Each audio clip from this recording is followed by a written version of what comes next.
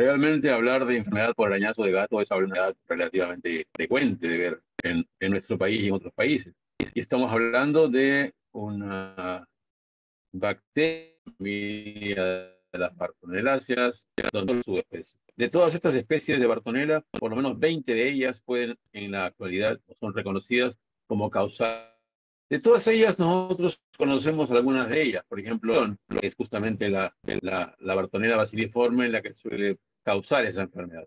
Pero si hablamos de enfermedad por arañazo de gato, hay dos de ellas. Una es la Bartonella claridiae y la otra es la Bartonella encelada, es de lo que se conoce como enfermedad por arañazo de gato. Y hay otras, como la Elisabetta, que tiene que ver con endocarditis, y la Bartonella quintana, que tiene que ver con la llamada fiebre de la cintera. En general, es importante reconocer que en esta enfermedad la Bartonella se transmite a través de un vector. Es una pulga que se llama Tenocefalides felis, en este caso, considerando que es el gato el reservorio principal de esta Bartonella.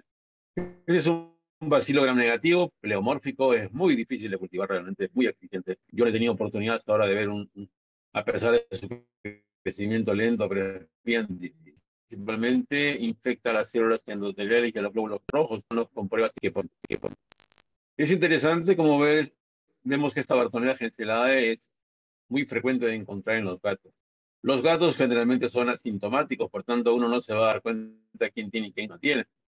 Simplemente quizás el veterinario pueda tener más conocimiento que nosotros, pero la mayor parte de veces nuestros gatos parecen sanos, sin embargo, por ahí la pulga de otro gato infectado les contagia y eso de alguna forma puede ocurrir entre un 8% tan altas como en Chile, que llegan a cifras de 66%. Bueno, mil disculpas por la interrupción. Les decía que la Bartonella gencelada en los gatos es algo relativamente frecuente de encontrar. Por eso, para mí hoy en día esto es una enfermedad de salud pública y es algo que realmente todos debemos de conocer. Esta enfermedad o esta bacteria se transmite a través de los gatos principalmente, pero pueden ser también los perros o pueden ser otros mamíferos. Y se estima también que pudiera ocurrir a través de lesiones por espinas y eventualmente pudiera yo pensar que también la pulga puede ser un vector de esta transmisión, considerando que algunas veces no hay gatos de por medio, pero las personas tienen o desarrollan esta enfermedad. En general, el gato lo transmite a través de un arañazo, a través de una mordedura o a través de una lamedura. Lo que hace el gato es lo excreta en sus deposiciones y con sus patitas puede contaminar de esa manera a la hora de arañar o a la hora de lamer o a la hora de morder. O a través de sus pulgas, el gato puede pasarle sus pulgas al perro y el perro puede contagiar también al ser humano en estos casos. Igual puede ocurrir con otros mamíferos. Esto es algo que realmente varía de país en país. Pero se dice que por lo menos si tenemos un gato menor de un año y el gato tiene pulgas, el riesgo de contraer esta enfermedad es 15 veces más alta que en un gato que pueda ser pequeño pero no tiene pulgas, por ejemplo. En un huésped inmunocompetente se comporta de una manera muy natural. Lo que forman son granulomas que pueden ir a la supuración y a la necrosis, donde el tratamiento realmente es muy controvertido. Mientras que en un paciente inmunocomprometido lo que hace forma realmente proliferaciones vasculares, como ustedes recordarán, algo así parecido a la verruga peruana, que es un botón rojito.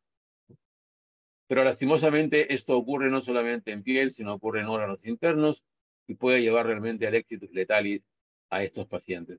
Por eso que en pacientes inmunocomprometidos con infección por Bartonella gencellae, ahí sí o sí tenemos que usar un tratamiento que sea eficaz.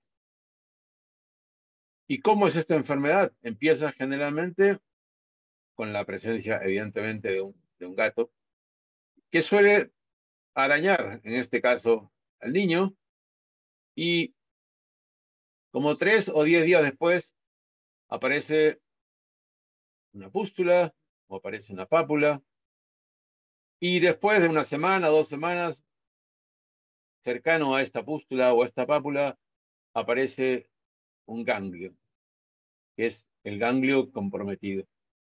Esta es la presentación típica del arañazo de gato, el compromiso puramente ganglionar. Puede estar acompañado de fiebre, de malestar, pero una fiebre que usualmente se autolimita una semana y hasta como si fuera un cuadro de otra etiología, sin embargo es una infección bacteriana, acompañado de algunos síntomas generales, pero que realmente no trascienden mucho. Y en algunos casos también se puede encontrar el vaso palpable y parecerse mucho a infecciones virales, por ejemplo. Entonces, esta aparición de una pápula o una pústula inicial puede ser la pista como para empezar a sospechar quién pueda desarrollar cuando hace luego una masa de esta naturaleza, quién pueda tener y quién no pueda tener. Y para eso, evidentemente, preguntamos por los antecedentes del gato, ¿no? Esta pápula de inoculación va a desaparecer, máximo en un mes ya no existe esa papulita. Se pueden necesitar hasta 2 meses para poder incubar, pero en promedio en 2 semanas es suficiente para que uno pueda desarrollar la enfermedad. Lo más frecuente, lejos, es el compromiso ganglionar unilateral y en una región. Es lo más frecuente. Existen casos de enfermedad generalizada, pero eso no es lo más común. Y en esos casos sí vemos una enfermedad que es más sistémica que una enfermedad local. La mayoría de estos ganglios pueden tener de 1 a 5 centímetros. La mayor parte están localizados en miembros superiores, considerando que el niño carga al animal y puede arañar en los brazos, en los antebrazos, en el cuello, en fin. Y esto se resuelve más o menos en 1 o 2 meses. La mayoría de los casos, el 80% prácticamente está resuelto en ese lapso de tiempo. Y solo algunos casos, como ustedes ven aquí, un 20%, les puede tomar en desaparecer la lesión, no en dejar de tener síntomas, porque muchas veces ya no existen síntomas, solamente existe un bultito que es el ganglio donde se desarrolló una enfermedad que puede demorar como 6 meses o hasta algunas veces un par de años para desaparecer por completo.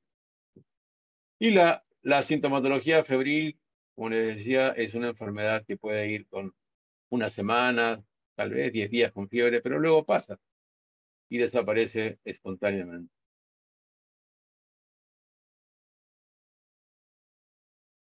Otras veces el punto de inoculación primario no es la piel, es el ojo. Y puede medir con una especie de celulitis periorbitaria como esta imagen de aquí, y que muchas veces es confundido con una celulitis periorbitaria. Y cuando uno mira por dentro, se encuentra con una lesión granulomatosa, tal como ustedes pueden ver aquí y acá, ¿no? Esto es característico de una conjuntivitis granulomatosa que usualmente es unilateral, no es bilateral como pueden ser otro tipo de conjuntivitis, y usualmente no hay secreción, no hay supuración. Eso es característico de esta enfermedad por arañazo de gato. Y existen criterios como el contacto con el gato o con pulgas, independientemente por dónde se metió, una serología negativa para otro tipo de causas de compromiso ganglionar o aspirados de ganglios con contenidos estériles o tiene lesiones hepáticas o esplénicas.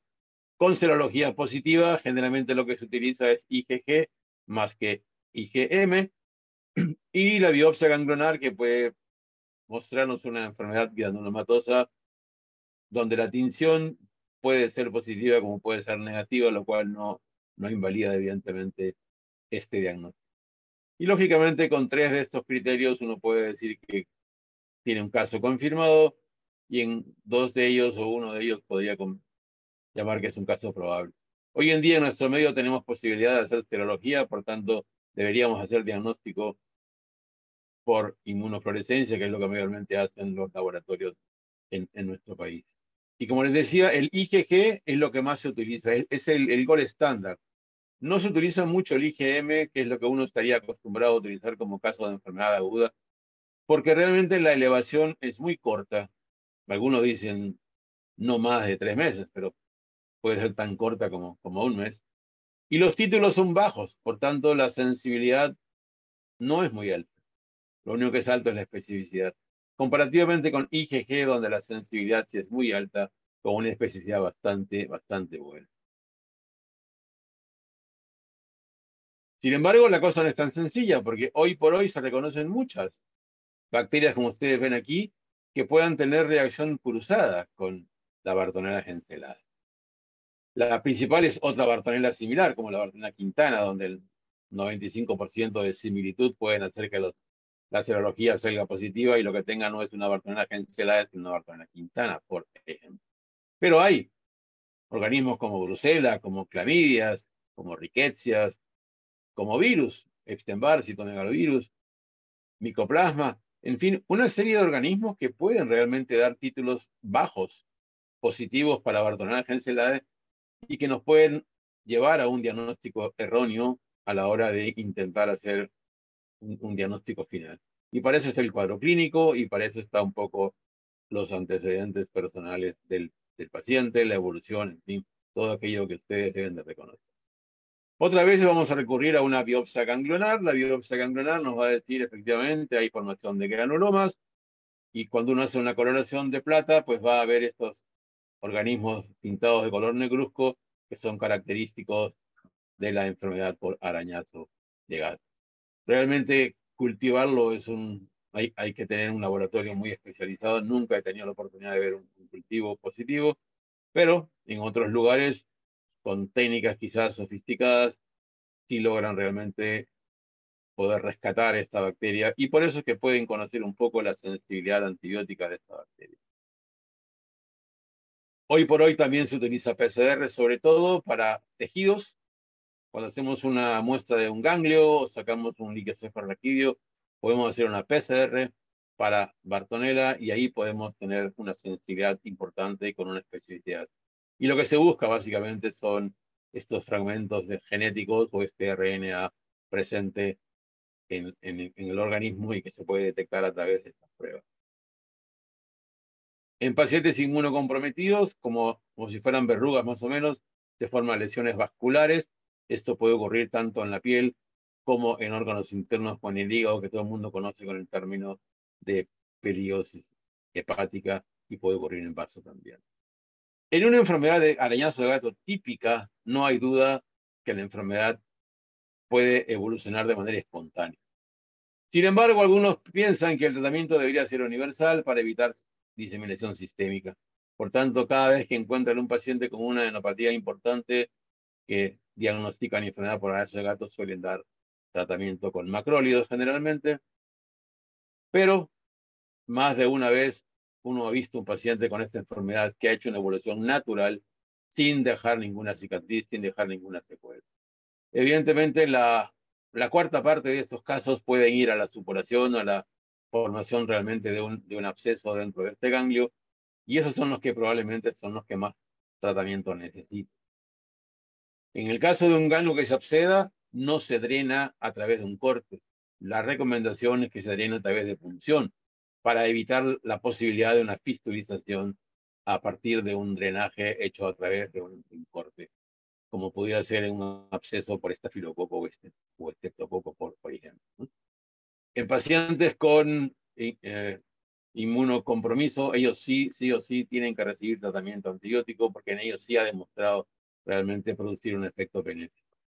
Y tenemos antibióticos como macrólidos, quinolonas, rifampicina, otimoprazol, gentamicina y tetraciclinas para chicos mayores de 8 años, que son efectivos contra este organismo. Pero no todo queda ahí. La enfermedad por arañazo de gato puede realmente simular otro tipo de enfermedades.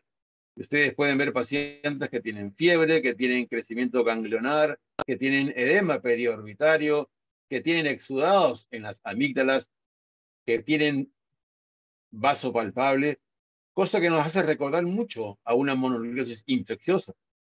Y realmente se puede confundir con velocidades de segmentación muy altas. Pero la diferencia está en que mientras en una mononucleosis infecciosa lo que predomina son linfocitos, aquí lo que predomina son neutrófilos. Hay neutrofilia en estos casos. No hay linfocitosis como en los pacientes que tienen enfermedad por Epstein-Barr virus, por ejemplo, ¿no? Entonces, cuando estemos frente a un paciente con un cuadro sospechoso de una mononucleosis infecciosa y uno hace un hemograma y encuentra que lo que hay es neutrofilia y no hay linfocitosis, hay que sospechar siempre en esta posibilidad. Y vean ustedes los títulos que realmente demuestran que efectivamente estos pacientes tuvieron una infección por Bartonella gencedae. Y por eso existe una enfermedad de arañazo que se llama atípica. Atípica porque realmente va más allá del ganglio y puede comprometer cualquier órgano de la economía. Puede comprometer huesos, puede comprometer la visión, puede comprometer el aparato, el sistema neurológico, el pulmón, el ojo, en fin. Donde a uno se le ocurra, ahí puede extenderse la enfermedad a través de la sangre, evidentemente. Y puede tener manifestaciones oculares donde el síndrome oculoganglionar de Parinot probablemente sea el más frecuente de ver en la práctica, pero pueden tener realmente afecciones en la retina, en la coroides, en el vítreo, en fin, hasta desprendimiento de retina y evidentemente como es una enfermedad que va a los vasos sanguíneos puede producir lesiones de tipo angiomatosa. Y es por eso que cuando uno mira las diferentes series, ustedes pueden ver que algunas tienen más neuroretinitis, otras tienen más uveitis, otras tienen más lesiones en coroides con retina, pero evidentemente diferentes localizaciones pueden hacer de esta enfermedad muy interesante tanto para el clínico como para el oftalmólogo. Esta es la famosa, el síndrome oculoganglionar de Parinot. Vean ustedes el compromiso aquí, que puede simular una celulitis periorbitaria. Sin embargo, cuando ustedes miran por dentro, recuerden siempre de mirar por dentro, van a ver como un tejido granulomatoso, como unos granulitos dentro, que ya están hablando de esta enfermedad. Y sobre todo es una enfermedad unilateral. Y algunas veces, como en el caso del óculo ganglionar de Parinot, no solamente es el compromiso ocular, sino también es el crecimiento del ganglio a nivel preauricular generalmente. Esto no es patognomónico de arañazo de gato, se pudiera encontrar también en otro tipo de enfermedades como micosis o como algunas otras bacterias. Este es el famoso compromiso retiniano. Vean ustedes esta expresión como si fueran unas estrellas de manera interesante alrededor de la mácula. Esto puede producir ceguera importante. Una ceguera brusca, que felizmente esto se recupera con o sin tratamiento y simplemente demora algunos meses en recuperar por completo. Puede producir cuadros neurológicos después de la aparición del ganglio, aunque no todos tienen una adenopatía visible. Otra vez esta adenopatía puede ser mediastinal o puede ser mesentérica y no es visible, evidentemente, pero puede producir cuadros de encefalopatías muy severas, con coma, con convulsiones, con compromiso medular, con compromiso de pares craneales, con paraplegia. Todo lo que a ustedes se les puedan ocurrir ha sido descrito desde el punto de vista neurológico para esta bacteria. Y pueden tener cuadros de encefalopatías agudas, que es lo más frecuente de ver, con cuadros convulsivos que llegan fácilmente al estatus convulsivo. Pueden ser convulsiones generalizadas como pueden ser convulsiones focales, tanto del punto de vista de convulsión o del punto de vista de estatus convulsivo. Llegan muchas veces a cuidados intensivos y muchos de ellos se recuperan espontáneamente sin ningún tipo de tratamiento. Pueden tener incluso hemiplegias transitorias como si fueran accidentes cerebrovasculares. Y lo característico es que el líquido cefalorraquídeo generalmente es un líquido normal. O tiene una pilocitosis muy leve a predominio linfocitario, con proteínas también normales, con glucosa generalmente normal, pero hay casos especiales en los cuales hay modificación de los mismos. Las tomografías y las resonancias suelen ser normales también, o tienen lesiones que no son diagnósticas o patognomónicas de esta enfermedad. Gracias a Dios la recuperación es completa en días o semanas con o sin tratamiento. Y algunas veces tenemos suerte de poder encontrar lesiones como en este caso, en un paciente que tiene una enfermedad por arañazo de gato y que debuta con un cuadro. Otra vez el compromiso es en la médula, produce una mielitis transversa o produce un síndrome de Guillain-Barré. De tal manera que debemos tener el diagnóstico diferencial cuando vemos Guillain-Barré, no solamente antecedentes de diarrea por Campylobacter, que es lo que ya vimos en este país hace un tiempo atrás, podría ser también una enfermedad por arañazo de gato. Y vean ustedes las pequeñas publicaciones que hay de pacientes que han tenido mielitis transversa y síndrome de Guillain-Barré. Vean ustedes el tratamiento final, cuando no se sabe qué cosa era, corticoides con aciclovir, pensando que era un cuadro viral, corticoides con antibióticos, pensando que eran infecciones bacterianas. Aquí no le dieron nada, acá le dieron inmunoglobulinas. O sea, cada uno intentó de su manera tratar cuando no se sabía efectivamente qué cosa era y aún sabiendo qué cosa era, no sabían cómo manejarlo, hasta pulsos de metilprednisolona, inmunoglobulinas y antibióticos que sí hacen efectos sobre Bartonella, de tal manera de que enfrentar a un paciente con esta patología es principalmente concentrarse en aquellos antibióticos que producen efectos sobre esta bacteria. Compromiso hematológico, anemia hemolítica con visceromegalia, púrpura trombocitopénica inmune y no inmune, púrpura de Shannon-Schonlein, y algunos casos también se ha descrito con eosinofilia. El compromiso pulmonar es muy interesante porque puede venir como una neumonía uni o bilateral con compromiso pleural importante, o puede tener crecimiento mediastinal que se parece a un linfoma, por ejemplo, y lo que estamos viendo es el compromiso ganglionar a nivel mediastinal por esta bacteria.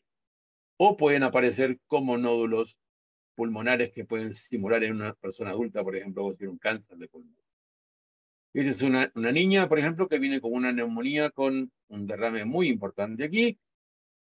La paciente pasa por tratamiento antibiótico inicialmente, finalmente, después de pasar por dos esquemas diferentes, termina con una combinación de meropenem con minociclina, le hacen el diagnóstico de arañazo de gato por inmunoglobulinas y por PCR positivo en sangre, no punzan, no drenan, simplemente aprovechando el efecto de la tetraciclina, esto se fue reduciendo, desapareció y la paciente quedó perfectamente bien. Esto, evidentemente, tetraciclina en un chico de 6 años no es lo usual, pero es una de las publicaciones que se tienen de este compromiso.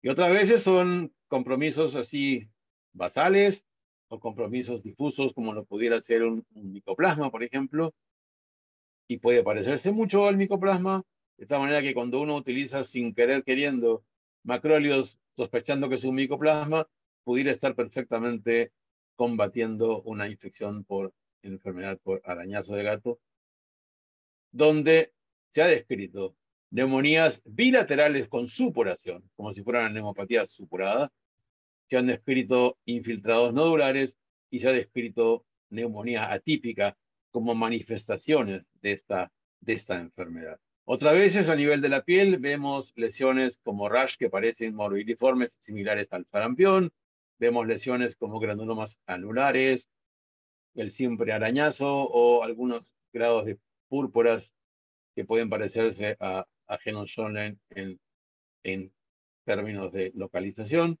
A nivel musculoesquelético producen compromiso muscular, producen mialgias importantes en algunos casos, compromiso articular como artralgias o como artritis o aún tendinitis. Y lo más importante es el compromiso óseo, un compromiso que suele comprometer principalmente cuerpos vertebrales. Un paciente con una adenopatía en el cuello y que luego aparece con dolor lumbar, hay que pensar seriamente si lo que no tiene es una osteomielitis del cuerpo vertebral. A diferencia de estafilococo, esta bacteria le gusta el cuerpo vertebral y le gustan los huesos del cráneo. Dos localizaciones que no son muy comunes para estafilococo. Y además, a diferencia de un estafilococo, aún siendo una bacteria, puede producir compromiso multifocal. En infección bacteriana, compromiso multifocal se ve principalmente en niños con sepsis y sobre todo en niños pequeños, neonatos o lactantes menores de 3 meses. Ellos suelen hacer infecciones bacterianas diseminadas en diferentes huesos. Pero en un niño mayor es inusual que alguien tenga una osteomielitis a focos múltiples. Y cuando ustedes vean un caso de osteomielitis a focos múltiples, aparte de pensar en tuberculosis como una posibilidad, también enfermedad por arañazo de gato puede producir compromiso multifocal. Se puede detectar por diferentes maneras, se puede diagnosticar también por diferentes maneras, y el tratamiento, en general, se suele usar tratamiento, pero han habido casos en los cuales no ha recibido ningún tipo de tratamiento y se ha resuelto completamente la enfermedad. Vean ustedes el compromiso óseo a nivel de la columna, como el paciente desarrolla una escoliosis compensatoria para evitar el dolor en esta zona. Cuando le hacen el estudio gamagráfico se ve claramente la localización, la captación a nivel del cuerpo vertebral. Y si hiciéramos una resonancia, veríamos claramente el compromiso del cuerpo vertebral, donde uno pudiera hacer una función aquí y pudiera hacer perfectamente una PCR o eventualmente un cultivo en lugares donde los hacen, o tomar como una especie de biopsia, hacer coloraciones para Warthin-Starry y también pudieran ayudar para el diagnóstico. Con una gamografía podemos encontrar que no solamente hay compromiso en un solo hueso, en este caso, por ejemplo, hay compromiso en la mandíbula, hay compromiso a nivel del acetábulo, hay compromiso a nivel de la sacroiliaca, hay compromiso a nivel del hombro, todo lo cual hace que este paciente tenga una enfermedad que en este caso empezó como un ganglio doloroso y que a pesar del tratamiento con acitromicina, que hubiera sido lo ideal, se fue a su casa y regresó a los pocos días con un cuadro con extensión de esta enfermedad a diferentes huesos paralelamente. O en este caso, que forma una masa paravertebral, como lo hace clásicamente tuberculosis, un compromiso vertebral con un absceso alrededor. Uno pudiera pensar que esto es una tuberculosis, sin embargo, lo que tiene este paciente es una enfermedad por arañazo de gato. Sin embargo, cuando uno ve a este paciente en un cuadro agudo, siempre piensa en una enfermedad piógena. Este paciente recibió cefalosporinas de primera durante 7 semanas y cuando regresa a su control, todavía se ve esta lesión, hay una colección, se punza esta colección, se aspiran como 15 mililitros de esta colección y finalmente se hace una PCR de este líquido que es positivo para Bartonella Henselae. Evidentemente se descarta BK, se descarta hongos, el paciente se trata con medicación para Bartonella Henselae y finalmente otras veces vienen con un compromiso orbitario, con osteomelitis, con compromiso, ustedes pueden ver aquí cómo se ha carcomido el hueso, vienen con una gran colección aquí y el paciente había sido arañado en la cara, evidentemente uno hace una muestra de aquí y encuentra que en ese drenaje la PCR es positiva para Bartonella Henselae y no tiene duda que lo que está viendo es un caso de enfermedad por arañazo de gato. Además se reconoce por la serología. Y vean ustedes la velocidad de segregación tan alta que tiene esta enfermedad. Puede tener 90, 100 milímetros a la hora de fenómeno inflamatorio. Y evidentemente uno siempre busca una TAC abdominal o una buena ecografía abdominal tratando de buscar enfermedad a distancia, como puedan ser la formación de microabscesos hepáticos o puede venir con compromiso de hueso, como esto que puede parecerse a una sinusitis frontal con compromiso de hueso, o puede tener compromiso también a este nivel. Todos ellos, el hueso está carcomido, uno puede sospechar de infecciones bacterianas, sin embargo, no son de las infecciones piógenas comunes. Los estudios muestran finalmente que tienen títulos muy altos, por ejemplo, como en este caso de IgG, o en este caso también se hace un diagnóstico o puede venir aquí como una malignidad. Aquí parece que se pudiera tener un sarcoma, por ejemplo, en el hueso, y estoy seguro que esto ha llegado muchas veces a manos del neurocirujano, que ha entrado el oncólogo pensando que era un sarcoma, ha sacado tejido de aquí y el examen final ha sido que lo que tienen son cambios de granulomas compatibles con enfermedad por arañazo de gato. Y otras veces viene por una masa, como hace poco que tuvimos una paciente, que no es este caso efectivamente, que tenía una masa que invadía el mediastino, en este caso es una masa que está cerca a las amígdalas. Vean ustedes la tremenda masa que tiene y en ambos casos aquí la biopsia que se toma muestra claramente la presencia de Bartonella Henselae a través de una PCR. Entonces, ojo cuando vemos patología de este tipo, no todo es tumor, podrían ser perfectamente infección por arañazo de gato. O puede venir como fiebre de origen oscuro, Esta es una... Cuando ustedes vean un paciente con fiebre de origen oscuro y hacen una ecografía, pueden encontrar estos microabscesos, tanto hepáticos como esplénicos, que son altamente sugestivos de enfermedad por arañazo de gato. Y si miramos experiencia en nuestro medio, esta es una experiencia en el Instituto Nacional de Salud del Niño. Vean ustedes historia febril desde 2 semanas hasta 90 días con fiebre. La mayoría tiene exposición a gato, hay una excepción aquí. Algunos tienen lesiones claramente definidas, otros no tienen lesiones visibles y todos traen fiebre, pero algunos traen además, por ejemplo, dolores articulares en una o en varias articulaciones, o tienen cuadro convulsivo o tienen dolor abdominal, por ejemplo. Y cuando uno mira la ecografía de estos pacientes, se encuentra que muchos tienen lesiones de microabscesos en el vaso o lesiones a nivel del hígado o tienen básicamente hepatomegalia y eventualmente pueden ser completamente normales y no se ve realmente ninguna lesión. Y es interesante cuando uno mira el abdomen que puede encontrarse con adenitis mesentérica, como obviamente compromiso ganglionar que pueda realizar. O puede tener compromiso retroperitoneal, que ya he tenido oportunidad de ver en algunas oportunidades, ganglios importantes que pueden sospechar incluso en el linfoma y finalmente se van desapareciendo solitos conforme pasa la enfermedad por arañazo de gato. Hay compromiso renal, también se ven lesiones pequeñitas que están descritas también dentro de esta diseminación hematógena muy parecidas a una milia. Son microabscesos, tan iguales como ocurre en el hígado o en el vaso, se pueden ver a nivel renal. Son pacientes en los cuales se comprueba que tienen efectivamente enfermedad a través de la serología al respecto.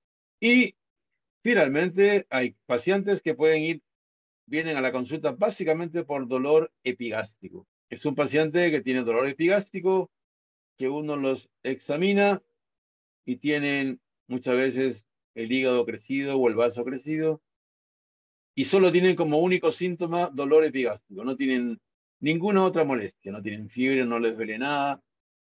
Y este paciente le hacen una ecografía, ven claramente que tiene lesiones de microabscesos hepáticos y esplénicos, le hacen las pruebas respectivas, le dan acitromicina por 2 semanas y desaparece por completo este dolor epigástrico. En adultos principalmente, más que en niños, es una causa de endocardititis bacteriana, sobre todo en válvulas aórticas, y puede haber incluso compromiso de varias válvulas a la vez. Y acá sí hay una especie de aceptación, por lo que consideran que es una enfermedad más allá del ganglio, donde todo eso son opiniones de expertos. No hay ningún estudio comparativo que uno pueda afirmar efectivamente tal cosa funciona.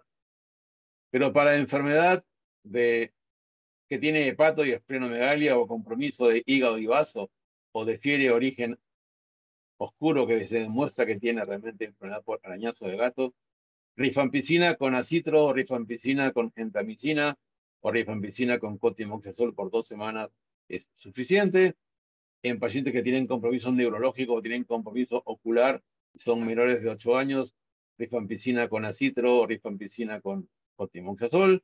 Y en mayores de 8 años, rifampicina con doxiciclina. Cuando hay compromiso retiniano, el tratamiento es más largo y además se adiciona corticoides por no más de una semana.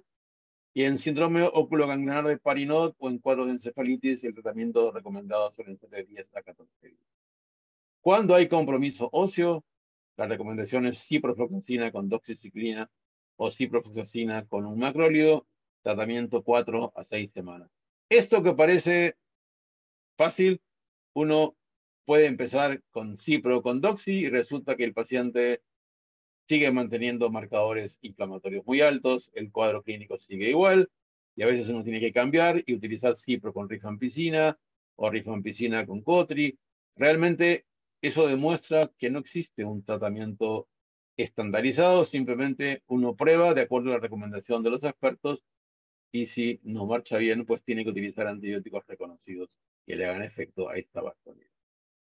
Y con esto realmente espero haberles mostrado una enfermedad que realmente creo yo que hoy en día es un problema de salud pública y que creo que todos deberíamos conocer y saber reconocer en la práctica y no pensar que estamos frente a un cuadro típico de una infección bacteriana tipo estreptococo o estafilococo, cuando realmente tenemos una enfermedad por arañazo de gato.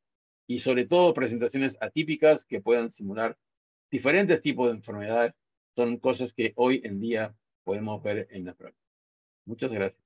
Tenemos una pregunta que dice si es de contagio que una persona sana a una persona, perdón, una persona infectada puede contagiar a una persona sana. No, no existe transmisión entre humanos, solamente transmisión de animales al ser humano. Tenemos otra pregunta que dice, los gatos y otras mascotas, ¿qué emergencias médicas pueden ocasionar a niños o adolescentes? Bueno, si hablamos de gatos, ah, todo el mundo recuerda siempre otras alternativas que no solamente son enfermedad por arañazo de gato. Podría ser toxoplasmosis, por ejemplo. Sobre todo nos preocupamos cuando vemos una gestante, pero puede ocurrir que un niño también puede contagiar de toxoplasmosis.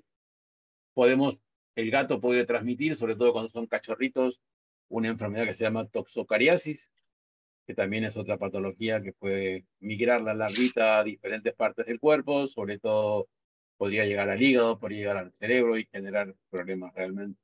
Entonces, no solamente Bartonella entenae es una bacteria transmitida por gatos, sino también hay parásitos y otro tipo de bacterias. Tenemos una pregunta más. ¿Qué cuidados deberíamos tener en casa si tenemos como mascota al gato?